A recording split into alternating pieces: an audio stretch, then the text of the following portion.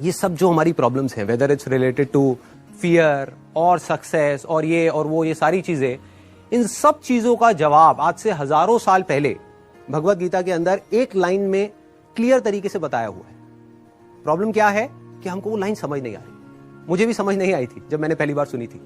वो लाइन क्या है, आप सबको पता होगा कि कर्म किए जा, फल की इच्छा मत कर।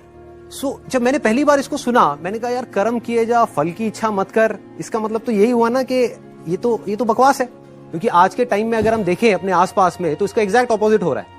सबसे ज्यादा मेहनत कौन कर रहा है? एक रिक्शे वाला कर रहा है कि नहीं? और उसको क्या फल मिल रहा है? कुछ भी नहीं। और ऐसे बहुत सारे लोग हैं जो बहुत मेहनत कर रहे हैं, उनको रिजल्ट कुछ भी नहीं मिल रहा। तो खेल है क्या?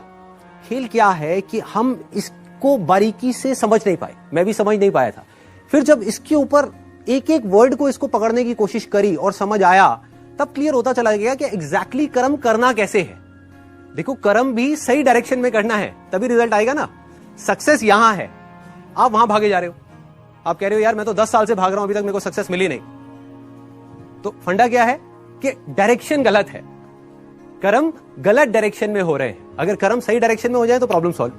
अब देखिए क्या है ये, कितना आसान है कि हमारे सारे डर खत्म हो जाएंगे और पूरी तरह से खत्म हो जाएंगे। सक्सेस जो चाहिए, जितना चाहिए वो हमको मिल जाएगा। इसका मतलब कुछ लोग क्या निकालते हैं कि कर्म किए जा, फल की इच्छा मत कर, इसका मतलब कि फल नहीं मिलेगा, जबकि ये नहीं है।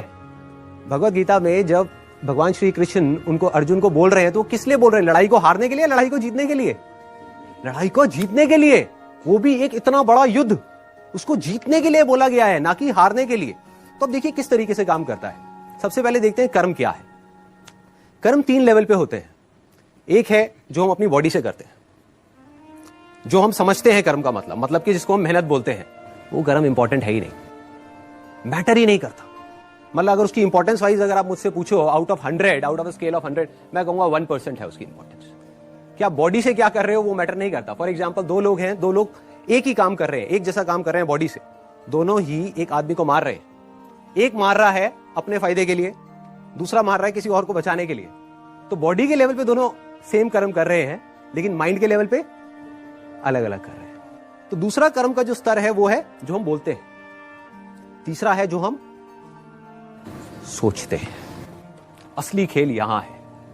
जो आदमी सही सोच नहीं सकता, क्या वो सही बोल सकता है? इम्पॉसिबल। जो सही बोल नहीं सकता वो सही करेगा क्या? तो सारे जो कर्मों की बात हो रही है वो यहां हो रही है। और वो कर्म क्या है? सोच के लेवल पे। और जिसकी सोच सही डायरेक्शन में हो गई, उसकी लाइफ सही डायरेक्शन में जानी, उसको तो फल मिलना ही मिलना है।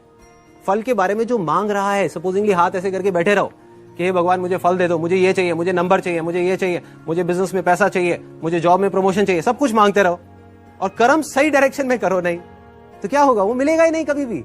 दूसरी तरफ से कुछ मत मांगो, लेकिन कर्म सही डायरेक्शन में करते चले जाओ, तो उतना मिलेगा जितना हम सब में से कोई सपने में भी नहीं सोच सकता।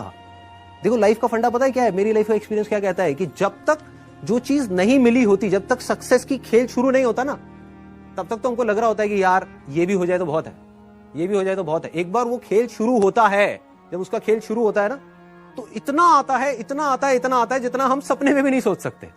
समझ ही नहीं आता कहां से कैसे कैसे आ रहा है। बस कर्म सही डायरेक्शन में होने चाहिए। अब वो सही डायरेक्शन में कैसे होंगे? अगर मैं बुद्धि की स्तर की बात करूं, जो उसमें महाभारत में समझाया गया है, 2 जगह है जहां पे आप अपने माइंड को लगा सकते हो। अपनी बुद्धि को हम 2 जगह पे लगा सकते हैं। सारा खेल माइंड का है। सबसे पहले तो हाथ पैरों के कर्मों से ऊपर उठना है हमको, कि हाथ पैरों से आप कुछ भी करते रहो। रियल लाइफ में उठा करके देख लो, वो मैटर नहीं करता। जो बोलते हो वो उससे ज्यादा मैटर करता है, लेकिन वो भी इतना मैटर नहीं करता।